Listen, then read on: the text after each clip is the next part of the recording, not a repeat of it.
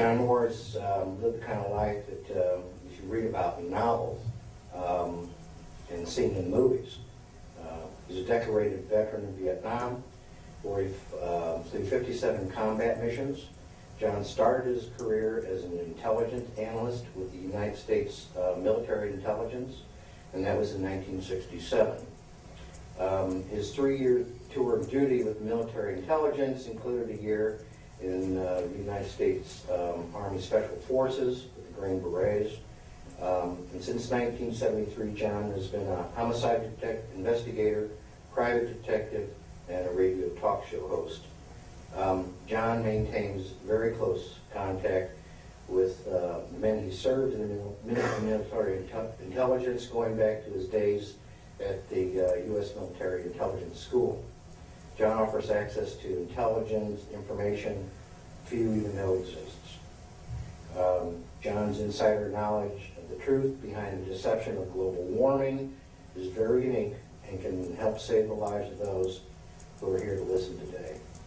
Ladies and gentlemen, I'd like to introduce John J.R. Moore.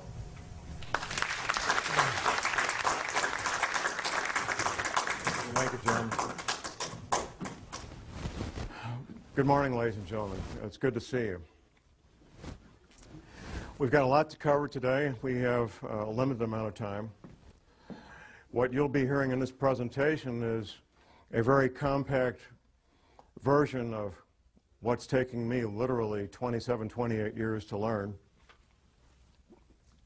I've interviewed dozens of people, read thousands of pages of books, watched a number of documentaries, and still get new information every week on this topic of global warming from my confidential sources. This topic, as far as the U.S. government is concerned, is one of the most highly classified matters that the government deals with. Highly classified and highly compartmentalized. People will sometimes flippantly say, well, an organization like the federal government of the United States can't keep secrets. Well, I assure you that they can keep secrets. Absolutely they can. The example I use is the Manhattan Project. The Manhattan Project was the project to build atomic weapons in World War II. Literally, tens of thousands of people, including my father and my grandfather, both worked on the Manhattan Project. Very few of those people had a clue what they were doing. My father and my grandfather were plumbers, and they worked down at Oak Ridge, Tennessee on the Manhattan Project. Yes, indeed, the government can keep secrets. And this matter of the truth behind global warming is one of the most important secrets that they have. The first thing I will ask you, I'll ask you this question. Would the federal government of the United States of America lie to you? That's the response I expect. Laughter. Of course they would. And they have for decades. Because of what I do and what I do professionally, I interact with people involved with law enforcement, including the FBI.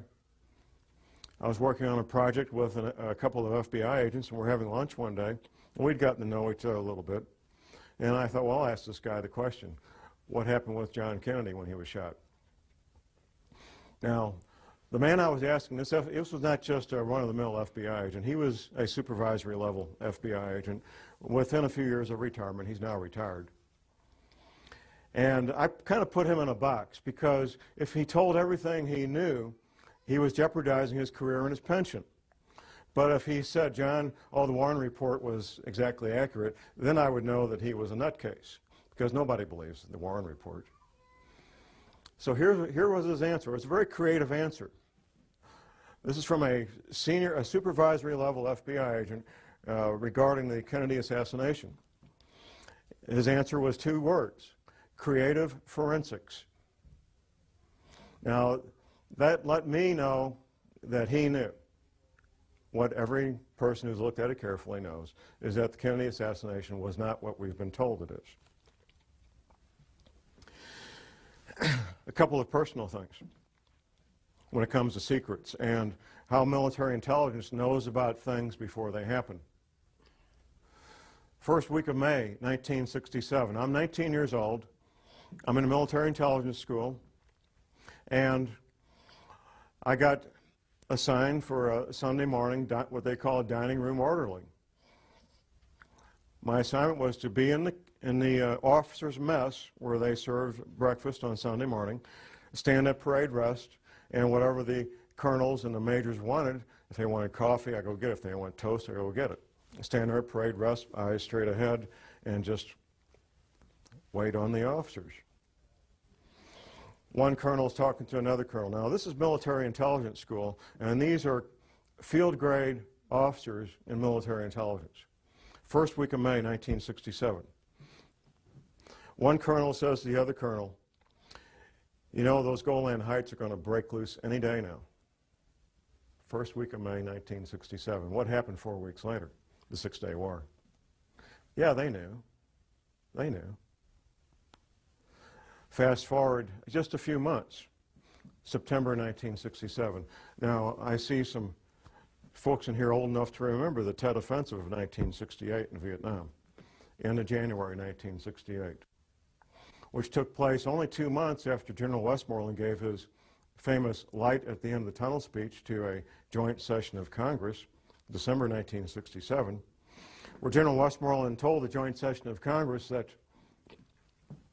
Viet Cong were defeated on the battlefield, could no longer mount a credible offensive.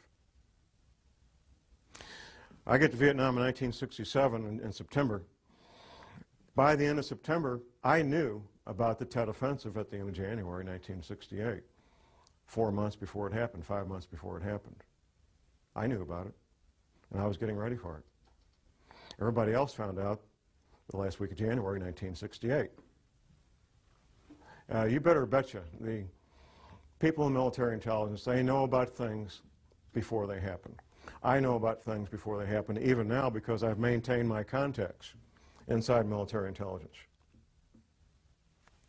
What you're going to learn today is known by the major world governments. I doubt the president of Zimbabwe knows what we're going to talk about, but the heads of England, Canada, United States, Russia, China, they all know, and they're making preparations. The Vatican knows, and I have some local connections there that I know about the Vatican and what they're doing. The Fortune 100 companies, they're getting ready and being prepared. My first-hand awareness began in year 2000. Two different men, friends of mine, they're both researchers. They approached me and they said, John, there's this thing that's going to happen. We're not sure about the date, but it's going to happen. When it does, there's going to be abrupt climate change. There's going to be 200-mile-an-hour winds. There's going to be massive tidal winds. And I said, yeah, sure, give me a break, you know.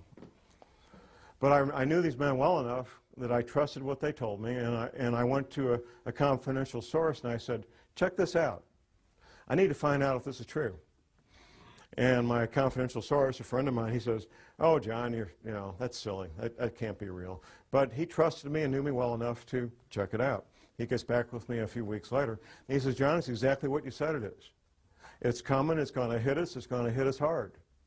And there's going to be 200-mile-an-hour winds. And there's going to be massive tidal waves and earthquakes and all the rest of all the things that you said. That was in the summer of 2000. Here we are 9 years later. Today being March the 29th, 2008. My research has continued. I've continued to develop my sources and put the whole thing together so I can make